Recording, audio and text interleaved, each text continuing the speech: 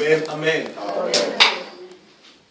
Je suis très heureux de vous voir tous dans cette fête de prière. Je vous garantis que la récompense est grande. Amen. Ça, c'est un temps des gens qui sont violents. La Bible nous appelle à être violents. La Bible dit depuis le temps des Jean-Baptiste, le royaume de Dieu est forcé. Amen. Il faut forcer le royaume de Dieu. Amen. Amen. Amen. Est-ce qu'on peut d'abord se saluer? Alléluia. Amen. Salut ton frère, salut ta sœur. Dis-lui que Jésus-Christ t'aime. Dis-lui que Jésus-Christ revient bientôt. Il faut être violent. Alléluia. Dans la maison de mon Père, il y a la joie. Oh, dans la maison de mon Père, il y a l'amour. Oh, dans la maison de mon Père, oh, il y a la paix. Oh, venez, venez, venez le voir. Oh, venez, venez, venez le toucher. Oh, dans la maison de mon Père, oh, il y a la joie. Alléluia. Dans la maison de mon Père, il y a la joie, il y a l'amour, il y a la paix. Alléluia. Le Seigneur Jésus-Christ, avant qu'il passe de ce monde vers son Père, il dit dans Jean chapitre 14 par là, il dit dans la maison de mon Père, il y a plusieurs demeures. Alléluia. Il y a plusieurs demeures. Et si ces demeures n'existaient pas, je ne pouvais pas vous les dire. Amen. Amen. Il dit c'est pour cette raison qu'il vous est avantageux que je puisse m'en aller. Parce que si je m'en vais auprès du Père, c'est pour vous préparer une place. Maintenant où nous sommes ici, le Seigneur est en train de nous préparer une place. Et cette place, ce n'est rien d'autre que, nous avons dit un jour ici, les corps spirituels. Amen. Amen. Il dit que là où je suis, je veux que vous y soyez aussi. Le Seigneur, il a le désir de nous voir auprès de lui. Il brille de ce désir-là. Il y a le fait qui est en train de briller en lui, de nous voir auprès de lui. Alléluia. Amen. Bien-aimés dans le Seigneur, le vendredi passé, nous avons parlé sur la préparation de l'Église ou l'épouse de Jésus-Christ au noces de l'agneau. Et nous avons dit que la plus grande promesse que nous avons en ces temps de la fin, la plus grande promesse que nous avons à ces temps où nous attendons le retour de Jésus-Christ, c'est l'enlèvement.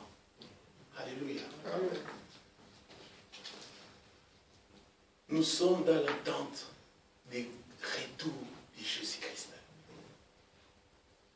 Or, le retour de Jésus-Christ aura comme conséquence l'enlèvement et le grand mariage.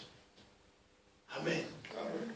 Il y aura un grand mariage entre l'Église qui est l'époux de Jésus-Christ et Jésus-Christ qui est l'époux divin. Or, pour participer à cet enlèvement et pour participer à ce mariage, il faut que vous puissiez être la personne que le Seigneur a invitée. Même dans ce monde, si on t'invite à une grande fête de mariage, tu dois avoir une invitation. Or, si tu as reçu l'invitation, il faut que tu réponds à cette invitation.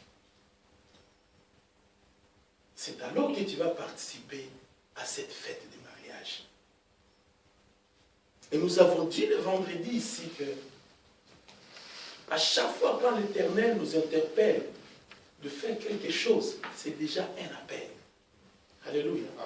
À venir à cette fête du mariage. Il y aura un grand mariage au ciel. Ne vous en faites pas. Entre nous et Jésus-Christ.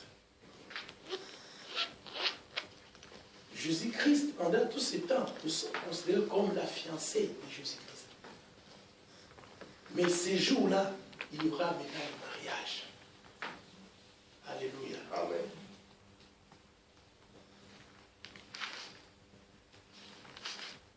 Il nous faut être prêts.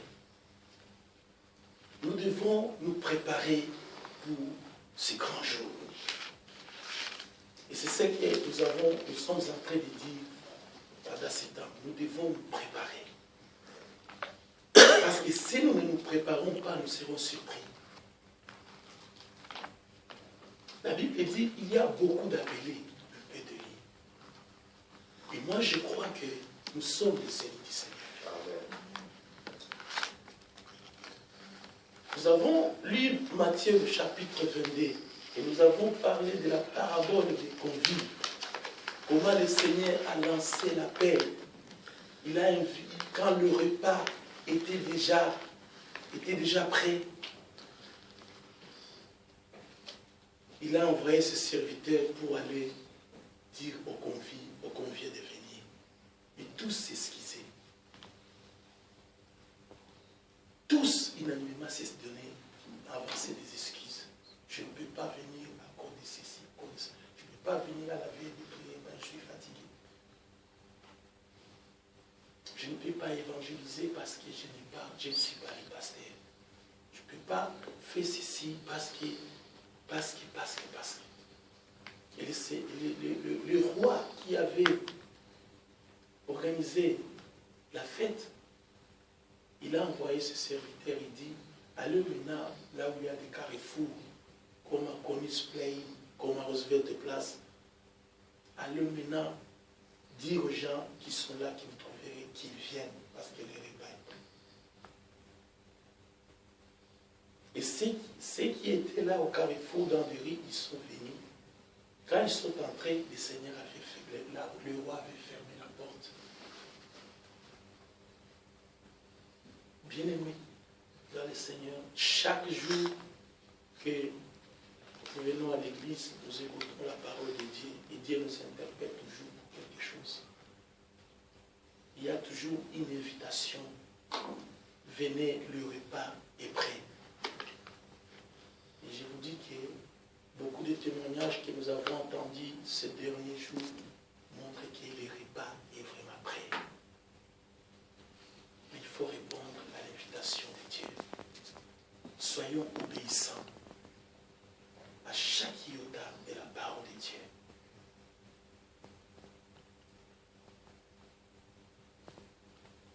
Dans cette veille de prière, nous allons continuer dans cette même pensée de la préparation de l'épouse de Jésus-Christ aux noces de l'agneau. La Bible dit, dans Apocalypse chapitre 19, à partir du verset 5, et une voix est sortie du trône disant, louez notre Dieu, vous tous ses serviteurs, vous qui les craignez, petits et grands. Et j'entendis une voix comme une foule nombreuse, comme un bruit comme un fort tonnerre, disant Alléluia, car le Seigneur, notre Dieu Tout-Puissant, est entré dans son règne. Réjouissons-nous et soyons dans l'allégresse et donnons-lui gloire, car les noces de l'agneau sont venues et son épouse s'est préparée. Il lui a été donné de se revêtir d'un fin lin pur éclatant, car le fin lin, ce sont les œuvres justes des saints. Et l'ange lui dit, écris, et ceux qui sont appelés au festin des noces de l'agneau. Et il lui dit, ces paroles sont les véritables paroles de Dieu. Dans Éphésiens chapitre 5, verset 25, la Bible dit, Marie, aimez vos femmes, comme Christ a aimé l'Église. Il s'est donné lui-même pour elle, afin de la sanctifier par la parole, après l'avoir purifiée par le baptême d'eau, fait paraître cette église glorieuse, sans tache, ni ride, ni rien de semblable, mais sainte et irrépréhensible. Amen. Amen. L'épouse s'est préparée. Dans les deux textes que je viens de lire, on nous montre déjà deux parts, si vous voulez.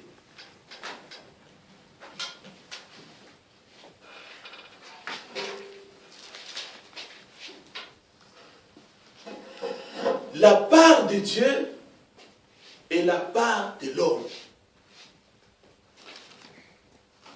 Dans Éphésiens chapitre 5, à partir du verset 5, on nous montre de la part de Dieu. Et dans Apocalypse chapitre 19, à partir du verset 5 au 200, nous voyons que l'homme a aussi sa part.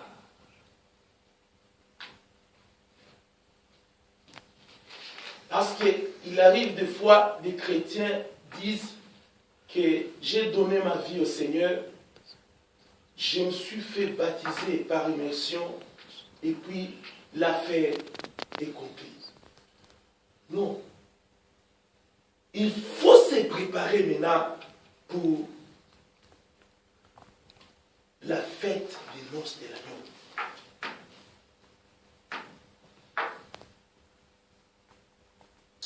Qu'est-ce que Paul nous révèle dans ce texte? Il nous dit, par rapport à la part de Dieu, que Marie aimait vos femmes. Ce n'est pas notre propos. Comme Christ a aimé l'Église. Il s'est livré lui-même pour elle. Alléluia. C'est une chose. Afin de sanctifier cette église par la parole. Fait paraître cette église glorieuse, sans tache, ni ride, ni rien de semblable, mais sainte et irrépréhensible. L'apôtre Paul, écrivant tous les chrétiens de tous les temps, il nous transportait dans une haute dimension. La relation de Jésus-Christ en tant que l'époux divin et l'Église qui est son épouse. Et cette épouse, c'est toi et moi.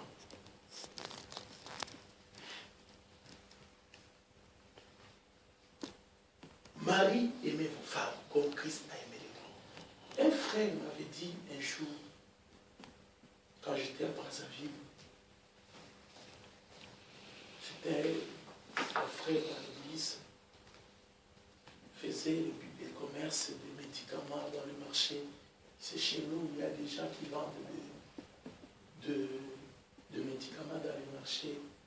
Et c'est permis. Ici, tu ne peux pas vendre de médicaments dans un marché public. Mais dit, comme le Seigneur nous demande d'aimer nos femmes, comme lui-même a aimé l'Église, ce que de temps en temps, j'essaie de soigner ma femme, d'acheter à ma femme des super wax, lui acheter des lotions, des crèmes qu'il faut, des produits de haute gamme pour que ma femme puisse être belle, plus que toutes les femmes de la capitale brassavilloise. Moi, j'ai dit que c'est une bonne chose. Alléluia. Amen.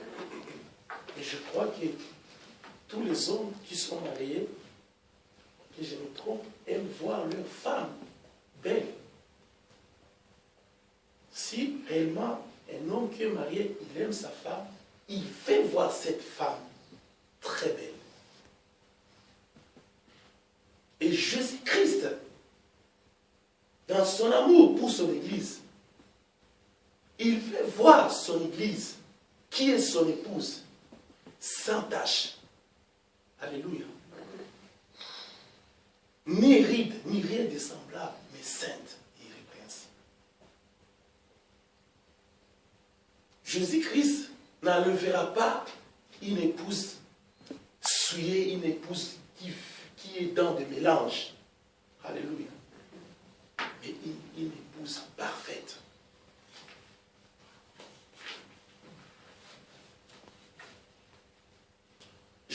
que les femmes qui sont mariées, elles savent, elles font tout pour se rendre belles. Elles veulent se rendre belles pour leur mari, bien sûr. Elles prennent beaucoup de temps. Je connais ma sœur à Kinshasa. Une fois quand elle entrait dans la douche, elle pouvait faire même plus de 30 minutes. Et comme elle était deuxième bureau, elle faisait tout pour battre les records. Elle entre dans la douche. Si vous allez entrer après elle, vous devez vraiment être patient. Vous savez, chez nous, parfois la douche est ensemble directement avec la toilette. Sinon, si c'était pour la toilette, il faut aller chez les voisins. Et puis, vous allez, quand elle entre là-bas, elle entre vraiment avec tout un arsenal de choses, comme un charlatan. Vous voyez, vraiment, c'est tout un bagage, avec des mascaras, des stylos, de tout. Et quand elle sort de là, vous voyez, son mari regardait comme ça. Tu vois qu'il fait comme ça. Alléluia. Les femmes prennent du temps pour se soigner. Prennent beaucoup de temps pour se rendre belles, pour plaire à leur mari. Parce que la Bible dit, dans Proverbes chapitre 12, je pense au verset 9 par là, qu'une femme vertueuse est la couronne de son mari. Elle s'habille très bien, et se parfume très bien, afin que son mari soit content. Et Jésus-Christ veut que son église soit parfumée, soit belle.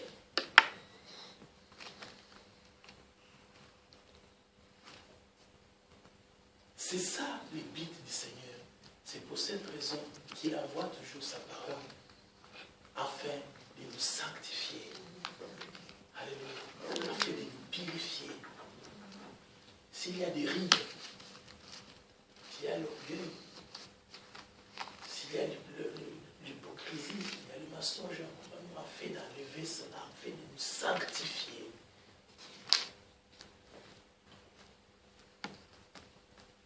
Parce que Jésus-Christ veut que quand nous allons paraître dans les heures, vraiment nous puissions être cette épouse-là qu'il voulait. Le Seigneur a un but avec nous. Alléluia.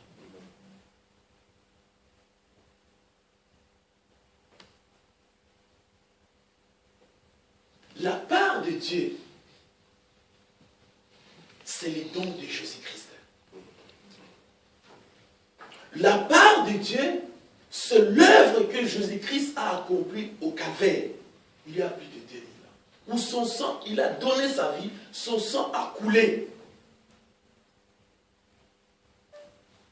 Afin de rendre l'épouse belle.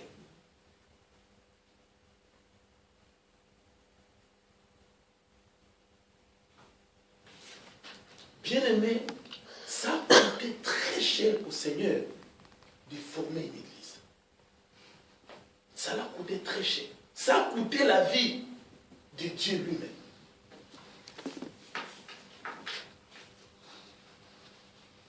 Vous savez, bien aimé, si un homme aime une jeune fille, il sent dans son cœur un coup de foudre comme les jeunes l'ont toujours dit. Le feu de l'amour en train de monter dans son cœur. C'est le film du feu de l'amour. Il y a des gens qui avaient perdu beaucoup de temps à cause de ces films-là. Je connais un frère et sa femme me disait toujours, frère, dis à ton frère d'aller chercher du travail. Et quand j'arrivais chez lui, il trouvait toujours à terre d'attendre parfois le film du feu de l'amour. Newman avec Nicky, ceux qui connaissent ça savent. Roméo et Juliette, DiCaprio, Titanic. Le feu de l'amour est en train de monter dans le cœur d'un jeune homme. Cet homme, il est prêt à tout donner pour prendre cette jeune fille en mariage.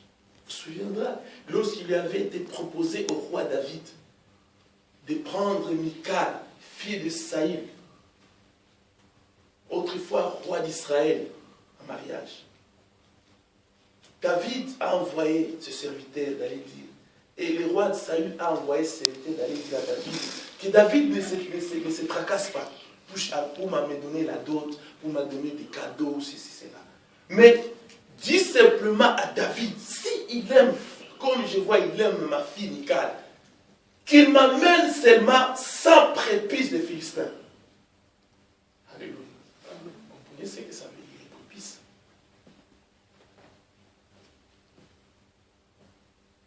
Et la Bible nous dit ceci, par l'amour que David avait pour Michal.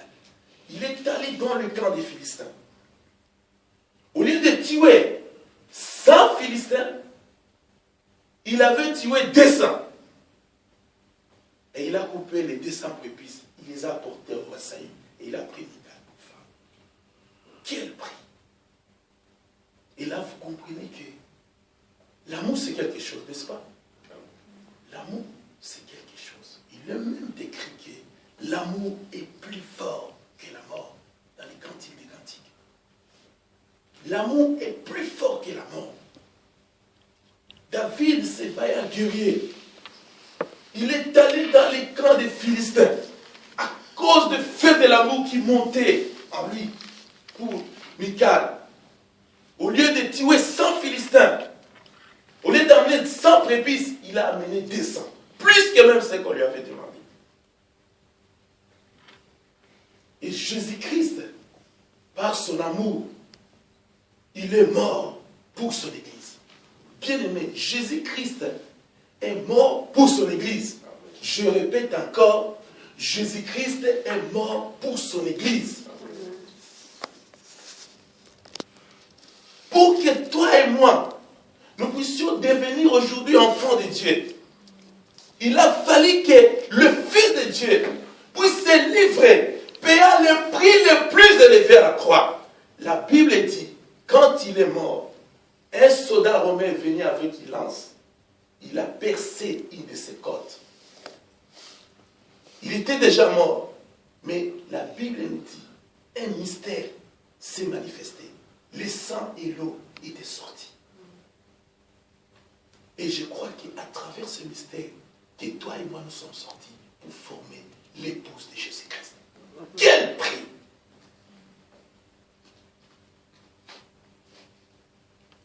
Et dans les jardins d'Éden, la Bible nous dit que Dieu, pour former une femme, il a fait endormir Adam.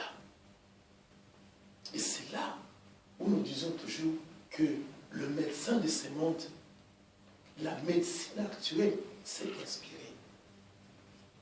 Vous savez, beaucoup de choses que nous voyons dans ce monde tirent leur inspiration dans la Bible. Comme on parlait avec maman Mathieu hier, que quand on voit le symbole là, on met devant la pharmacie la croix avec un serpent. Donc, tout ça, il dit ça dans Exode. Alléluia. Avec le serpent de rein, c'est-à-dire que le mal est vaincu. C'était une anesthésie générale. C'est là où le médecin tire les sources pour anesthésier quelqu'un, pour l'opérer. Et Dieu a procédé à une intervention chirurgicale, une opération. Il a fait sortir une côte d'Adam. Avec cette côte-là, il a formé la femme. Il a donné, il a présenté à Adam. Adam était très content. Il dit, voici la chair de ma chair. Voici l'os de mes os. Et là, j'ouvre une parenthèse pour dire que quand vous voyez quelqu'un vivre dans la polygamie, c'est-à-dire que cette personne-là vit dans l'adultère. Alléluia. Parce que nous vivons dans un temps où il y a la perversion totale. J'ai entendu même des chrétiens qui défendaient la polygamie, que la polygamie elle n'est pas vraiment interdite dans la Bible. Parce que David était polygame. Il avait Abigail, il a pris Bathsheba. Salomon, n'en parlons pas. Beaucoup de femmes, beaucoup de concubines. Jacob était polygame. Alléluia. Tant d'exemples. Et lorsque Moïse voulait prendre après la femme éthiopienne, alors qu'elle était avec Séphora, sa sœur Marie et son frère Aaron étaient mécontents. Et Dieu les a punis. Vous connaissez l'histoire. C'est comme si Dieu défendait la polygamie. Mais moi, j'ai toujours dit, parce que j'avais fait même un article sur ça sur Internet. Moi, j'ai toujours dit, avec ces versets, si quelqu'un peut dire que la polygamie, Dieu ne peut pas la punir, la polygamie n'est pas interdite dans la Bible. Rien qu'avec ce verset, Genèse chapitre 2, verset 18 et verset 21, nous pouvons lire ça, vous allez voir. Genèse chapitre 2, parce que nous devons être bien outillés aussi parce que la Bible dit, cette parole c'est pour convaincre aussi. Nous allons dans des familles, nous allons évangéliser, nous voyageons dans d'autres pays, vous trouvez quelqu'un polygame, mais il faut savoir comment le convaincre qu'il vit dans la vérité. Et dans Apocalypse chapitre 22, on nous dit que les fornicateurs, les débauchés, leur place est le temps de fête. Et beaucoup de gens blaguent. Genèse chapitre 2, verset 18. Qu'est-ce que la Bible dit? L'Éternel Dieu dit, il n'est pas bon que l'homme soit seul. Je lui ferai une aide semblable à lui. L'Éternel Dieu forma de la tête. Bon, verset 10, on saute au verset 21. Alors l'Éternel Dieu fit tomber un profond sommeil sur l'homme qui s'endormit. Il prit une de ses côtes et referma la chair à sa place. Et l'Éternel forma une femme de la côte qu'il avait prise de l'homme et il l'amena vers l'homme. Et l'homme dit, voici cette fois-ci, celle qui est l'os de mes os et la chair de ma chair, on l'appellera femme. Alléluia. La Bible ne dit pas que l'Éternel a fait endormir Adam et il a fait sortir des os. Alléluia. On dit l'os, une côte. Pas des côtes. L'Éternel n'a pas fait sortir des côtes, mais une seule côte. Referma la chair à sa place, il amena les femmes. Alléluia. Il n'a pas amené les femmes. On dit qu'il amena la femme. Tout ça pour nous montrer que l'homme a été fait pour une seule femme. Et la femme a été faite pour un seul homme. Pour ceux qui sont dans la polygamie, ils vivent dans l'adultère. Alléluia. Amen. Et si une femme est deuxième ou troisième ou quatrième bureau, parce que ces choses-là commencent à disparaître un petit peu. Avant, chez nous en Afrique, c'était beaucoup. Je pense que ça existe encore. Et ici, je connais aussi des frères qui viennent dans les églises, qui sont des polygames. Si une femme est deuxième, troisième, mon frère, ma soeur, elle doit lui-même savoir elle est de quelle côte. Parce que la Bible dit une seule côte pour l'homme et sortir de l'homme. Donc une seule femme. Je ferme la parenthèse. Alléluia.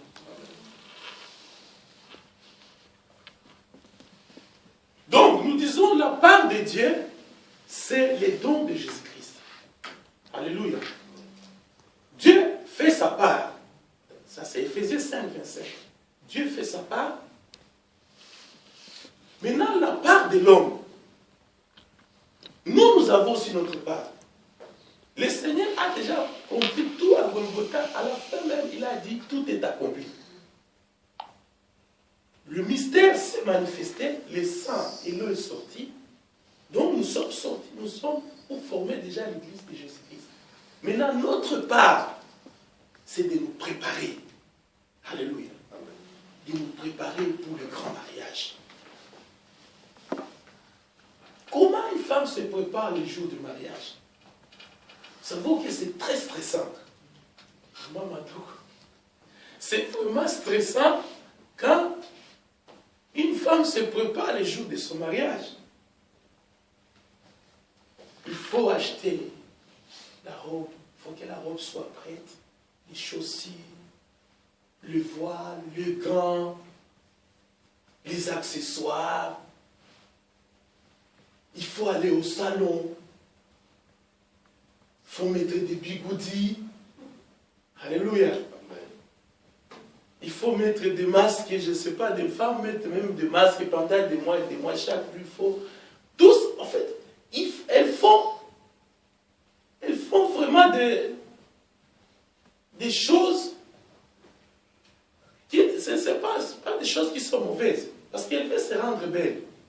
Quand son mari va la voir, que le mari même regarde, il dit oui, ça va, j'ai vraiment, j'ai pris la dernière pointure.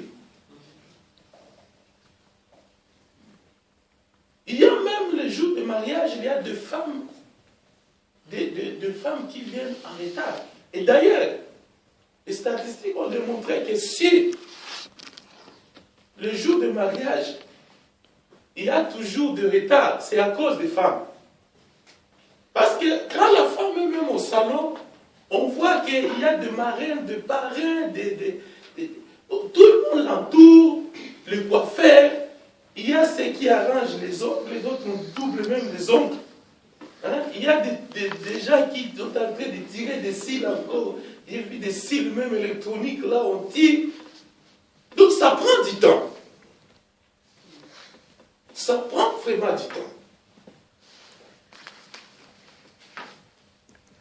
Parce qu'avant le mariage, la femme doit se préparer.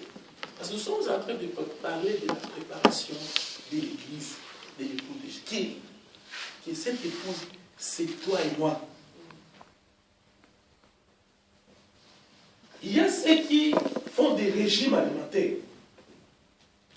Ici, il y a des maisons de basiques fit où vous voyez des femmes vont là-bas et ils s'inscrivent n'importe quel prix pour que chaque jour, juste pour chercher à garder la taille, à diminuer le poids, à être comme une mannequin là. Les femmes connaissent, savent ce que j'ai dit. Je pense que ce que j'ai dit est vrai. Je connais une sœur, avant son mariage, elle commandait même la nourriture via Internet. On dit que si tu manges cette nourriture, tu vas être, tu vas être mince. Donc quand le mari va regarder, il tombe directement. J'ai vu sur Internet un jour, c'est ma femme qui m'avait montré ça. C'était sur YouTube. Elle me dit, ah viens regarder, c'était le mariage. À ce temps-là, on préparait notre mariage aussi. On regardait comment les gens étaient en train d'organiser leur mariage. Et j'ai vu que pendant qu'on bénissait le marié, le mari, en fait, la femme était en voile. Était le visage voilé. Alors, lorsque on commençait à bénir, on a dit, bon, tu peux maintenant enlever le voile. Le mari a ouvert le voile. Quand il a enlevé le voile, tu vois comment le mari a tremblé. Il a tremblé comme ça. Oui, il va le mari.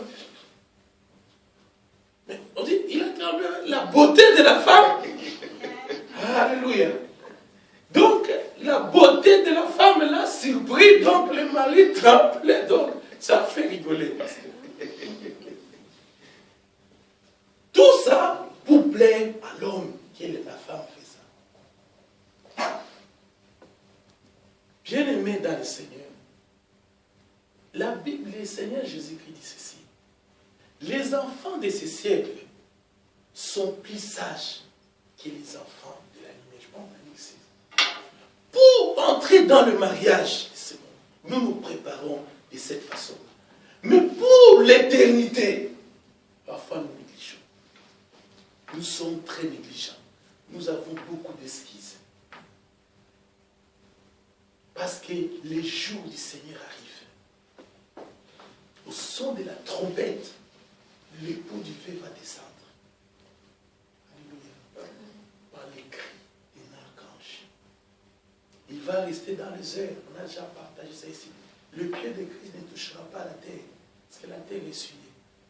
Et nous allons les rejoindre dans les airs. Ceux qui sont morts, ce sont eux qui seront ressuscités le premier. Pour rassembler l'épouse et l'amener au fait de l'agneau. Un grand mariage. Mais il faut être prêt. Il faut se préparer. Si dans ce monde, vous voyez une femme se préparer comme ça, parce que le naturel typifie le spirituel. Nous devons nous préparer. Parce que les femmes se préparent sérieusement. Parfois les hommes sont un peu, mais si c'est une femme qui sait qu'elle va se marier, il reste 1 jour, 2 jours, 3 jours. Elle se prépare sérieusement. C'est à cause de cette préparation-là qui est parfois, on la voit, elle est stressée.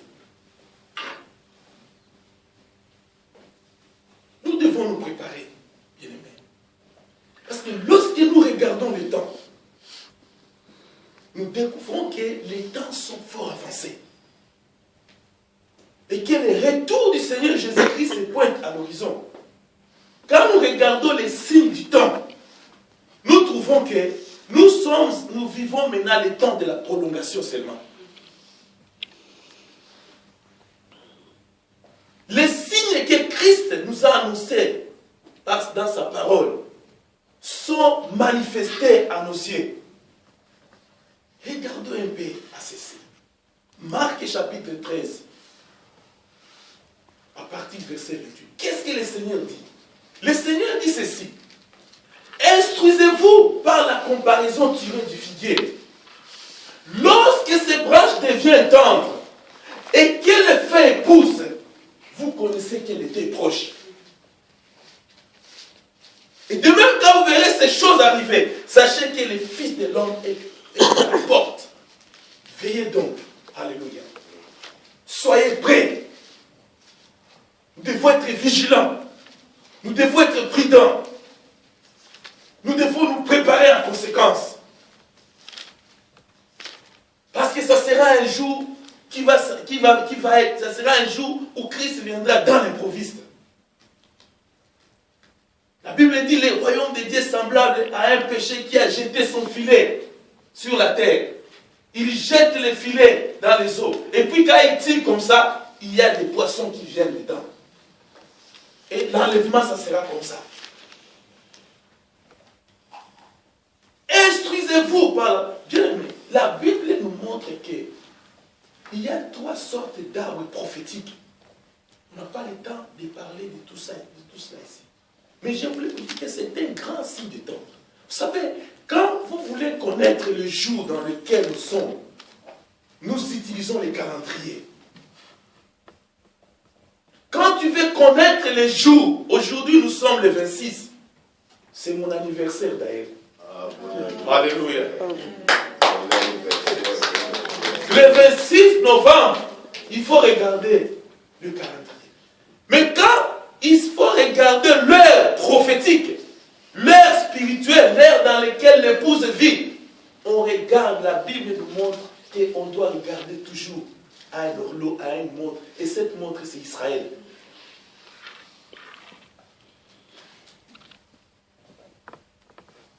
Parce qu'il y a l'arbre, par exemple, la vigne, qui symbolise toujours l'intimité, c'est-à-dire l'intimité, la dépendance avec notre dépendance envers le Seigneur Jésus-Christ. Parce que lui-même l'a dit, mon Père est vigneron, moi je suis le cèpe. Et tout serment qui n'est pas attaché à moi sera retranché et jeté au feu. Il y a l'olivier, c'est aussi un arbre. C'est prophétique. Quand vous lisez dans la Bible de Zacharie chapitre 4, vous trouverez le chandelier d'or avec un vase, avec des oliviers, un à gauche, un à droite du chandelier d'or, qui symbolise toujours le peuple juif et nous les gentils. Et nous avons part à l'héritage éternel. Mais le figuier, c'est Israël. Alléluia. Parce que dans beaucoup de chapitres dans la Bible, on nous montre qu'Israël, c'est le figuier. Il y a eu un temps, le figuier avait séché. Parce que c'était un peuple à courette. Un figuier qui n'avait pas de feuilles, qui n'avait pas de branches. Parce qu'il avait refusé, il n'avait pas reconnu le Messie. Mais le Seigneur avait une promesse envers Israël. Parce que comme nous savons que le Seigneur, il est le Dieu. Il est le Dieu d'amour. Il peut faire comme si aujourd'hui il t'abandonne. Mais il a toujours une promesse pour te récupérer. Il a un jour chassé Adam et Ève dans le jardin d'Éden, mais avec la promesse qu'ils retourneront toujours dans le jardin d'Éden, qui était Christ. Alléluia. Amen. Il avait la promesse avec Israël que je rassemblerai mon peuple. Ça, c'est, je pense, dans Jérémie chapitre. Je rassemblerai mon peuple. Là où ils étaient dispersés, je les amènerai dans le pays que j'ai promis à leur père. Et nous voyons que le figuier est en train maintenant de bourgeonner. Alléluia. Depuis 1948, après la Seconde Guerre mondiale, après l'Holocauste, Israël était dispersé dans le monde. Maintenant, 1948, Israël est devenu un État reconnu sur le plan, sur l'échiquier international, Israël. Beaucoup de Juifs qui étaient par-ci par-là sont retournés. Il y a un temps où, c'était dans 2000, où nous avons vu des avions qui venaient de France, de par-ci par-là, qui transportaient des Juifs, les amenaient en Israël. Alléluia. C'est un signe de temps. Nous devons faire beaucoup d'attention. Nous devons beaucoup regarder à l'horloge. Et quand nous regardons à l'horloge, nous devons savoir quel temps nous sommes. Et nous devons être sérieux.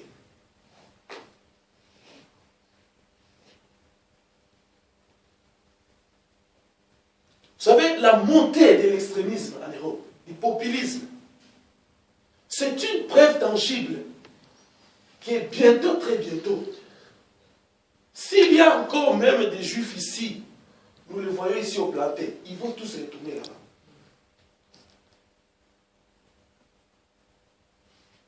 Parce que quand il y a la montée du nationalisme, ça vient premièrement contre les Juifs.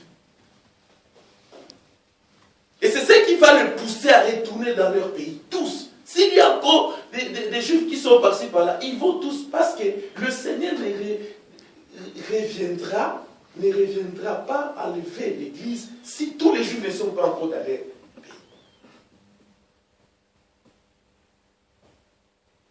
Vous savez, avec l'histoire de Joseph, on ne va pas entrer là dans les profondeurs.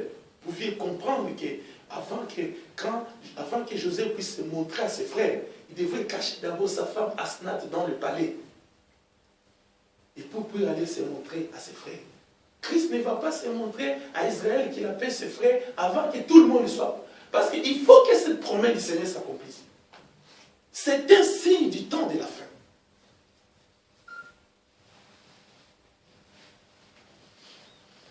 Le figuier commence à avoir des branches et des rames. Ça commence à bourgeonner, ça commence à avoir des fruits. Avec les mouvements.